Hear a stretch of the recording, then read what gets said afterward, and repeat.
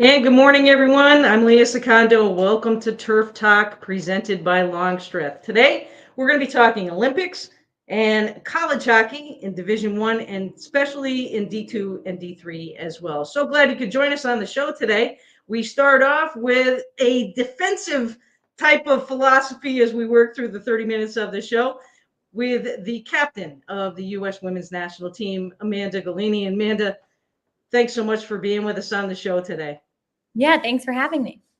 Absolutely. Also with us, the number one team in the land right now, as noted yesterday from Northwestern, and also a big part of the defense for the U.S. women's squad, Maddie Zimmer. Maddie, thanks so much for being with us. Wildcats on a big run.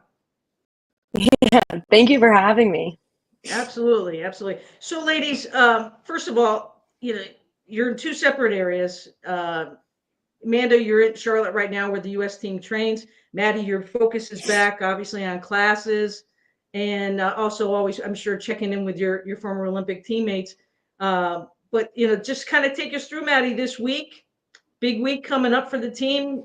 It was announced yesterday in the most recent poll that you guys are back in that number one spot, but some work to be done. Yeah, absolutely. I think we're, really looking forward to getting back into Big Ten play. We had a pretty successful weekend with our 50th alumni anniversary.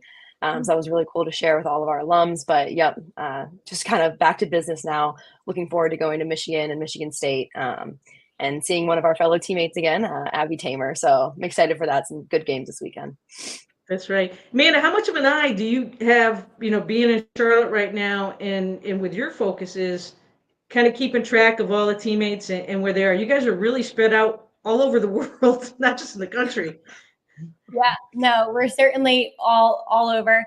I think, well, one, we have a team Snapchat that I think helps keep us all just in tune with each other and connected through that.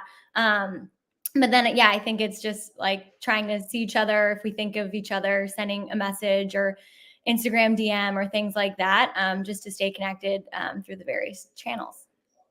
Mm-hmm. I'm sure there's like ebbs and flows of emotion for you guys. The lead up, making it to Paris, the experience in Paris, and then it's kind of sad, right? Everybody kind of goes their own separate ways, and then but you need to stay true to form to start thinking about LA. How tough was that emotional piece? And I know you have great people surrounding you to help you with that, the mental piece of on and off the field. But was there kind of an ebb and flows of missing everybody after being around with each other so much? Yeah, absolutely. It was weird because as soon as we all kind of went our separate ways, I think you immediately get like that separation anxiety. It happened after we spent 2 months together in India, and it definitely was magnified after coming back from Paris. So it is really nice. I think we're all pretty good at keeping in touch with one another. Snapchat helps, social media. So, but it was awesome to see Amanda and Brooke DeBurdine when they came up to Maryland. Perfect. And how about you for Amanda? Because your path's a little bit different. Like you're out of college and you're back to. Are you working or as much as you can work in a job? Because I know there's great demands being an Olympian.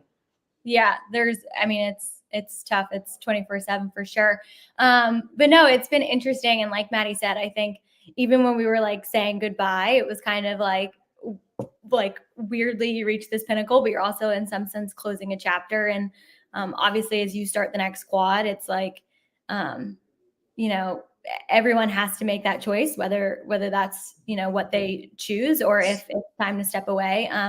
So I think that that's like a really unique challenge about international hockey, is kind of these like bookends and like tournaments that kind of provide this like monumental moment, so to speak, on like, okay, are you continuing or are you stepping away? And also then how does that change the landscape of the team and the team dynamics? I mean, in college, like you have that every season, right? But in international hockey, it's this like build up for 4 years. And especially from my experience, having missed out on Tokyo and then, this one, it was so special. And I think our team culture also like was just something that all of us, I think, really cherish. But yeah, for me, I've kind of been taking a little bit of a break. Some of the girls went back to training end of September and October, and I've been going out and joining them for strength and conditioning and speed and agility. But in terms of hockey, they've started up, and I've taken a bit of a break just because, again, I think the 8-year leg has done a toll in some ways. But planning to come back for sure. Mm-hmm. Maddie, that transition was, I want to say easier, but the flow of it, because you were still going back to play hockey after having the year off. So, and we talked leading up that weekend of the national championship game where you got to actually watch the game. But how hungry were you? Just want to get back with your teammates, and of course adding Ashley to the group of that teammates, to kind of share what you had learned on the field and off the field, and just to kind of get back into the college mentality is a fun mentality to be back in, right? I mean, who doesn't want to be in college and be able to still play, right? Yeah, absolutely. Yeah. I mean, I was really excited to go back, obviously. It's a long season, and coming straight from Paris is, a little different from what I've done in the past. But yeah, having, Ashley Sessa join us has just been amazing. She's such a great competitor and teammate. And I think she really adds a lot to our practices and games. And then, of course, when you have Tracy Fuchs at the national team level, and then you get to also, collaborate with her here at Northwestern, it just really makes this team super special. I definitely think having to watch last year was tough because I, was so proud of them, but wanted so badly to be out there with them. But at the same time, was super dedicated to what we were doing in Charlotte and trusting that process. And, I'm happy that I get to experience both. Yeah, absolutely. Yeah, very unique, and certainly really proud of both of you guys, the way you both have represented all of us, in the country. So obviously, U.S. didn't come back with what we wanted, with a medal, and I know you guys are huge competitors. Mm-hmm.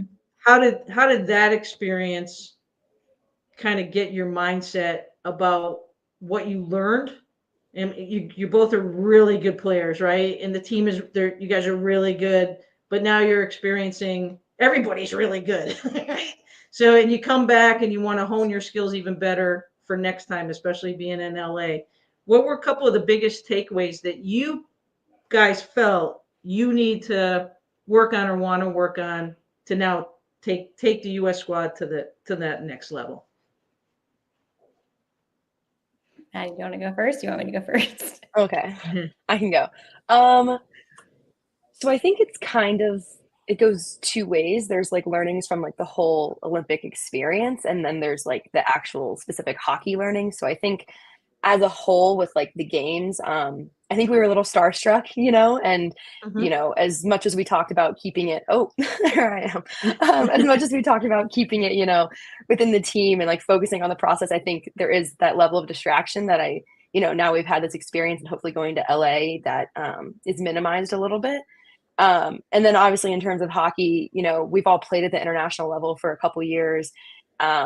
And I think David really harped on us about this in the lead up, that it was going to be even faster than what we had experienced in Pro League and the qualifier and all of that. And I think that was true. Absolutely.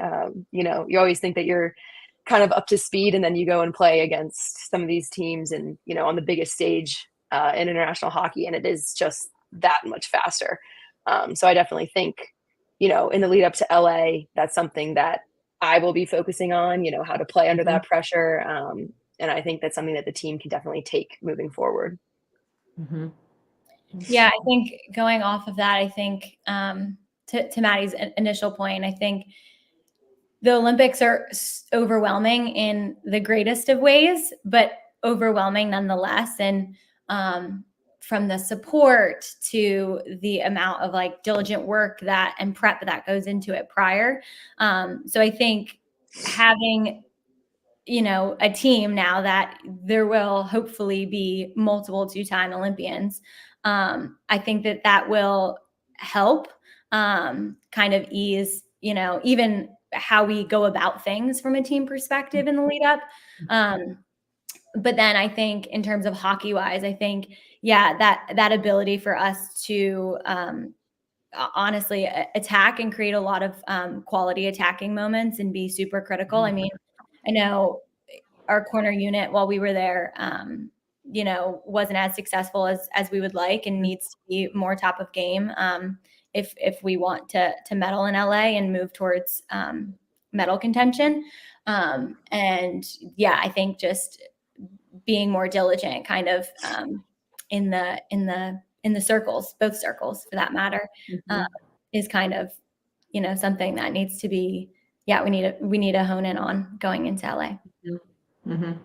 What you guys feel like was the team's biggest strength as you went into Paris? I think our biggest strength was that we didn't set any expectations for ourselves. We kind of approached it, I would say how we approached the qualifier, kind of embrace that underdog mentality and kind of what happens. And, it didn't go our way this time, but I think that allows us to play with like a level of freedom that I think is going to benefit us in the long run.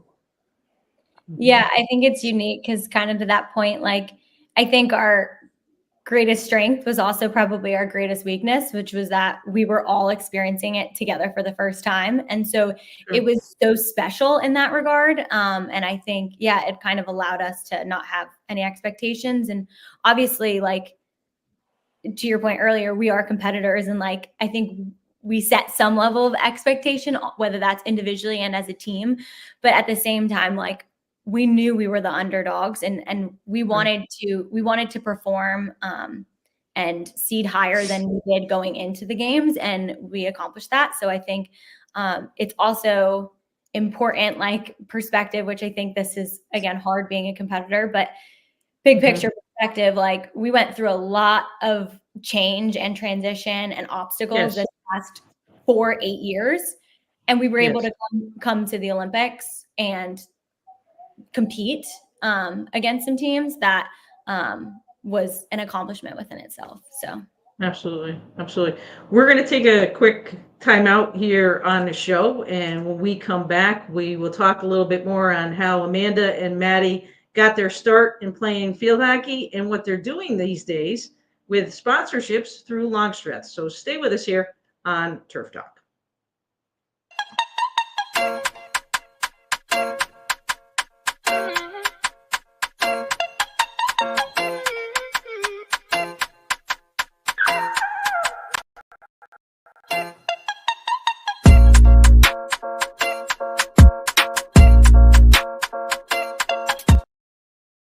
Welcome back to Turf Talk. We're talking with Amanda Golini and Maddie Zimmer today. They are both Olympians from 2024 in Paris and setting their sights obviously on LA. Maddie still has some work to be done with Northwestern as they're making a solid run through the Big Ten with hopes to get back to Ann Arbor, team that they'll be playing this weekend, where the national championship game will be played, semis and finals, in late November. Maddie, is your heart pumping on that one? Because, that Ann Arbor, Michigan was a pretty good place for Northwestern a few years ago. Yeah, definitely brings back some good memories. So, hopefully kind of recreate some of those, but a lot of work to be done. Yeah, absolutely. The Big Ten's pretty tough, obviously, this year. Ohio State, I saw them earlier this year. We had them on the network with Syracuse, was really, really impressed with them and the stretch that you guys have left with starting with Michigan and then Michigan State and then ending the season, regular season before the Big Tens against Ohio State. That's a pretty tough stretch to have to focus into. Yeah, absolutely. I think as the season goes on, it can get harder to stay locked in. So, now more than ever is when we need to be as focused as we can be because none of those teams are like easy opponents at all. They are having amazing seasons and, I'm looking forward to some good games against them. Absolutely. Let's talk a little. The polls came out yesterday. Are you a big poll watcher? It's hard not to be. Yeah. So it's nice to be in that number one spot, but at the end of the day, it's all about who's on top at the end. So try not to kind of focus on it too much. Right. it kind of just depends on what you're doing on the field in the next week. So that's what I'm focusing on. Absolutely. You see UConn, who's been consistent there, staying in the top 10 the last few weeks, BC, and of course Duke having a pretty good run here the last few weeks, now sliding back into the top 10, knocking Harvard out of top 10 play. Amanda, big poll watcher. I know you're focused on your work now. Keeping an eye on any particular team or teammates that were once with you with the Olympic squad. Yeah, definitely. It's fun to keep an eye on where our teammates are at and where they're ranked. I was fortunate, like Maddie said, to get to go watch them play Maryland. So that was like a big reunion. But no, I watched the poll. It was like, kind of every now and then, but I'm not necessarily like keeping up to date with it week to week. But it's good to see, interesting to see Ohio State in the third spot. Yeah, absolutely. It just kind of brings up some fire. Virginia was on a good run. They had a little bit of a stumble last week, and it's going to be interesting to see how they rebound from it. And of course, St. Joe's is always a tough team out of the A10 as well. We'll see what Missy Mahar's team. Never can count them out though, right? With Missy being a coach for so many years. How did you guys get your start playing? Picking when did you both first start picking up a stick? And know that, hey, hockey's kind of the sport that I want to stick with and see where this thing can go collegiately. Yeah. So I started playing field hockey in high school, 9th grade. I played softball competitively growing up, thought I was going to go to college for that. And then happened to go to a Lafayette clinic. And that was, at the time, Andrew Griffiths was the coach there. You can see my dog Max in the background over here. Hey, Max. Yeah, and then at that clinic, Andrew Griffiths kind of pulled me aside and was like, "Hey, where are you looking?" And that was kind of the first time that I was like, "Oh, I can play in college." Okay. And then so kind of made the switch and decided I'd start looking at schools for field hockey. And then, landed on Lafayette and was fortunate to be coached for 4 years by Jennifer Stone there. So I think until I kind of had my footing within like the U21 program, I think that was then when I finally kind of was like, okay, I think I want to, pursue this at the international level. So. Awesome. And how about you, Maddie? So I first started playing probably when I was about 7 years old, but I hated it.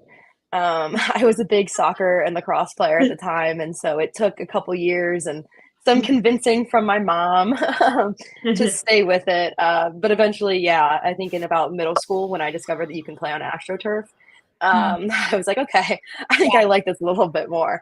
But started my recruiting process like 9th grade. That was before all like the rule changes. So went on a couple official visits and, just absolutely fell in love with Northwestern. The culture, the school, the academics, the coaching staff. Really, it's just a big package deal for me. So it was kind of a no-brainer at the end, and couldn't be happier with where I am now.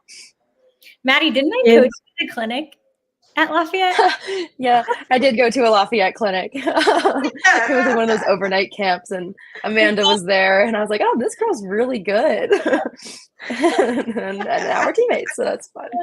That's awesome. So what was the age difference at that point? I mean, I was like, I think I was going into high school my freshman year, so I was like, what, 14? Yeah, and I don't know how old I was, but I was in college. I was like coaching camp there. Yeah. And Maddie was clearly a standout. So I was like, okay, I can talk to this girl. We got find here. Keep an eye on that one. That's awesome. That's awesome. Yeah. So now we're kind of in a different realm which is great for the sport, great for any sport, especially women's sports. You guys are both sponsored athletes through Longstreth. Talk about each of your stick deals and how that you feel could potentially grow the game and change the game and help you both as well. Yeah. Go ahead. No, you go. Okay. You're the captain. You go. Yeah.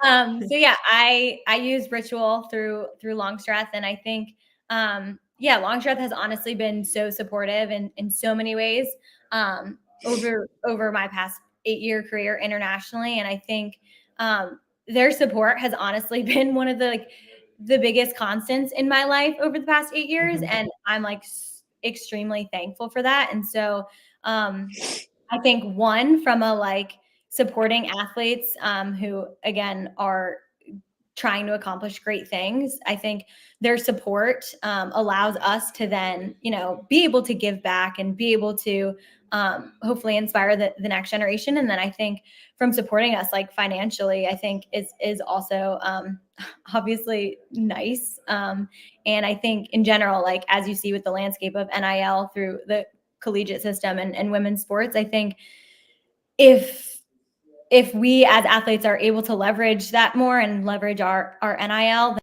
then it gives us the ability to honestly pursue the sport for longer. And that retention piece is so critical, especially at the international level, so that we don't have people just coming in and, competing at one Olympics and then leaving. There's a wealth and a nice blend within the team, allows us to also sustain excellence at the international level. Mhm. Mhm. Maddie? Yeah, so I am a more recent Longstreth sponsored athlete. I use Griffin. And yeah, I mean, even though I didn't always, use Longstreth stick, it's always, like you said, been a constant in my life. I grew up going over there in between tournaments at WC, and I used to use like a gray stick, and I think I actually bought 1 or 2 lacrosse sticks at the store. So yeah, it's just always kind of been there and has just been such a great supporter, and like just really helps grow the game a lot. And so it's always kind of been, in the background of my hockey career. So now I'm really excited that I get to, actually be a part of this amazing team. So many of my amazing US teammates use Longstreth sticks. So I'm just super thrilled and honored to, finally be able to say I'm a Longstreth sponsored athlete. What But yeah. do you, if you could, if I'm a youngster or somebody that's new playing the game, what would you impress upon them to kind of look for in a stick? In all aspects, being, picking the right stick. Yeah, So I think, go ahead. Oh, sorry. I would definitely say for me, I first of all, pick a stick that's the right length. I accidentally bought a 37.5-inch stick when I was like 13, and it is what I still use because I had to adapt my entire playing style around it. So definitely make sure you ask somebody there how to measure a stick. But other than that, I think it's really just finding what like fits for you. Like positionally, sticks, like I know forwards prefer maybe a bit of a lighter stick in order to have some more skills. Defenders typically choose a little more like carbon heavy sticks so they can have like power behind their hits. I think it's all just really personalized. Would definitely recommend trying them in person. I think a lot of people try to buy them online, and that's always great. But I definitely recommend going to the store. The people there are super, super helpful. They have great spaces to try out all the sticks. So that's how I pick all of my sticks, and I would definitely recommend that when choosing. Yeah, I would totally agree. I think a lot of people like, I would love to enter a plug for ritual sticks because they're the best, but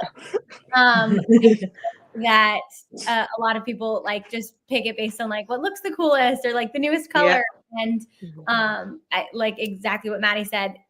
Go to the Longstreth store. They have an area where you can try them out. And I think for me, for the longest time, I was just playing with the stick that I was given in college. And then I picked up a ritual and noticed that there's like weight differences, and one stick felt more balanced. One stick felt more top heavy, where like it felt more, there was more weight in the toe.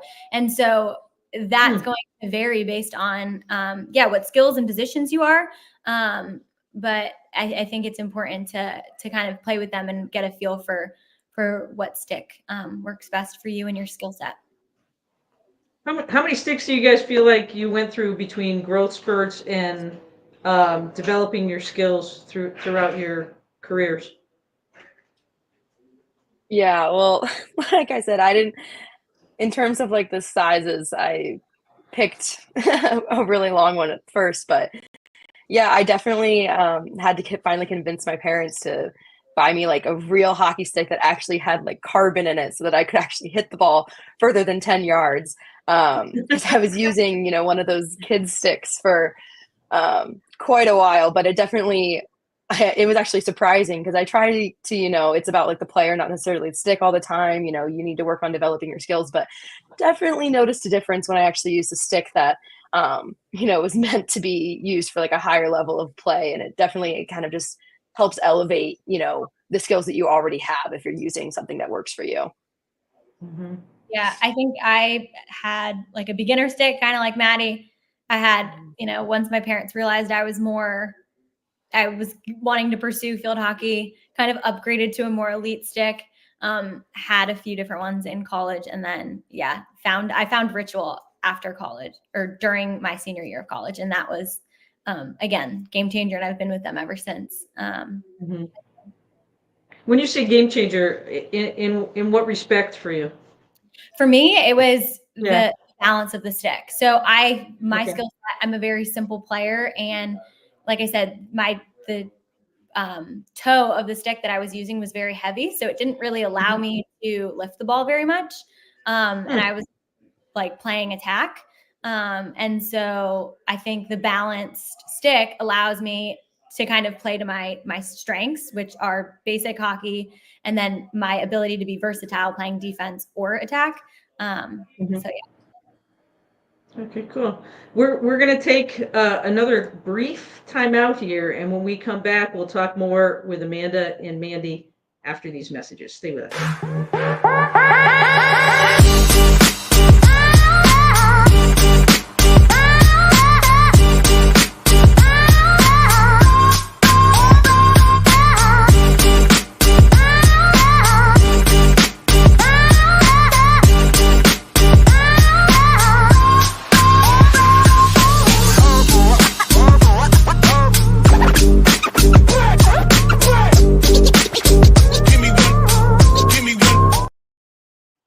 Welcome back to Turf Talk. I'm your host, Leah Secondo. We're pleased to be joined today by Maddie Zimmer and Amanda Golini from the Olympic team 2024. Ladies, we go through a crazy spurt between all of this leading up to you guys qualifying for Paris. Amanda, I was looking at kind of your story and what you did during COVID, and I came up with a great picture of you training. And during that time, you also got married as well. You had quite the gauntlet of things going on between training through the Olympics. Your husband Alex here, and I know that Alec has been very supportive of what you're doing. You've got to have the right partner that's going to understand that piece of it. Kind of take us through that and your quarantine. And I saw some of the training you were even doing, like a soccer ball and stuff. Yeah. So I think during quarantine and during COVID, it was like everyone else, right? Just getting, being adaptive and like making the most of it. Mm-hmm. So definitely doing like some cross training with him and playing soccer just to, just to keep things interesting and, keep things light. And then, being able to play field hockey like in my garage and out in the driveway, which again is a product of being a Longstreth athlete. I was able to just take one stick and kind of let it rip on the concrete. But it's been a jam-packed time since COVID and since not qualifying, and then obviously relocating to Charlotte, getting married, moving a few times. So I was thinking the other day, like I think I've moved 7 times in 4 years, which is kind of just crazy. It is crazy. It is crazy. But Charlotte's now home, right? Yes. That's part of the devotion of trying to take the Olympic team to the next step of progression through David and the coaching staff. Maddie, how about you? Like, what did you do during COVID to kind of keep things as normal can be, right? Yeah, so COVID happened my spring of senior year of high school. So That was a little bit devastating in some respects, but I was also rehabbing my ACL injury that I had in the fall. So it actually kind of turned out to be kind of a great opportunity for me to really just focus on that with really no other distractions because there was nothing else going on. So I, was doing a lot of physical therapy. I was doing a lot of, like Amanda, hitting the ball in the driveway. I think my parents got kind of sick of all the holes in the wall now. But yeah, That's awesome. I really just, it was really just a cool opportunity for me to, hang out with like my brother and my family before I actually went off to college. So I look back on it with fondness, but at the time it was definitely really odd and kind of a weird way to end my high school year. Yeah, I didn't realize that, Maddie, because I mean, for you, for ending your high school year and the craziness, obviously, that went into it. They were, a lot of conferences like shut it down, like totally shut it down, and that was probably one of the weirdest national championship kind of setups that we had that year, and only one conference playing. It was that was stranger than strange, but we all got out of it better for sure, right? For sure. Absolutely. Kind of take us through your guys' run right now of your thought process of both where you are, and what to look ahead on both of your slates, as we kind of progress here through the last minutes of the show. I can go. Okay. So yeah, right now I am back at school. I'm at Northwestern. I'm in the middle of my fall semester and also heading towards the end of the regular season. I not too much is going on other than that. I'm really trying to, stay connected with my teammates, but at the same time, really focusing on what's happening here and, staying present with my Northwestern teammates here. But it is so great to, hear from Amanda and get to see her and, get to hear from all of my other teammates. But I'll be excited to go back down to Charlotte, but I'm also, I was ready for this kind of break from, the intensity of the lead up to the Olympics. Mm-hmm.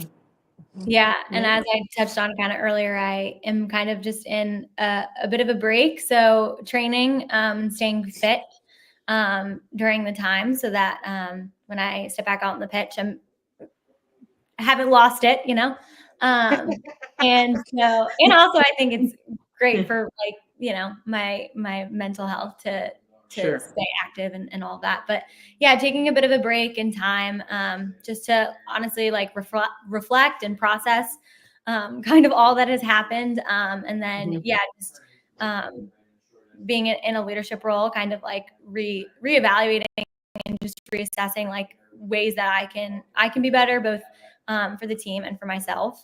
And then, looking ahead into the future, I think it's an exciting year ahead for the team in terms of hopefully a lot of games and actions and in different ways. Obviously, we're not in Pro League, but we have the Nations Cup and a few other things scheduled. And then, also personally, like looking to continue the next quad, but also plan for a family in the future. So looking at that and what that means both for me and my husband and our family, but then also in terms of how that looks in the landscape of our team. Excellent. Before we close out our show, we've got to show our love as well for D2 and D3. Shippensburg still holding on to that top spot. Really didn't change between 2, 3, and 4, and also 5, with Southern New Hampshire at 5, and then Assumption at 6. Westchester sliding back in and rounding out the top 10 in D2's St. A's. Over in D3's, Middlebury still holding on to that top spot with only one loss at 12-1, and Salisbury Williams following after that. Tufts is actually up 2 spots, and they are at 11-2 on the year. SUNY and York kind of flip-flopping there between 8 and 9. And Wesleyan, like to see Wesleyan, team out of Connecticut, moving up into the top 10 with a 9-4 record. Ladies, thank you so much for taking time out of your schedule. Maddie, go after it. Got some business left to be done there. both in the classroom and on the field. It's always a real pleasure watching you on the field. Love announcing your games. You're awesome. So keep it up. Look forward to seeing you down the road. Amanda, way to be a captain, leading everybody through. So we appreciate you as well, and promise me that we'll circle back around and have you guys back on the show once again in the future. Absolutely. Absolutely. Thank you for having us. Awesome. Thank you so much. Awesome. Thank you. That wraps up this edition of Turf Talk. Thanks so much for joining us this week on the show. We'll be back with you again for Turf Talk next week. Make it a great week, everyone. So long.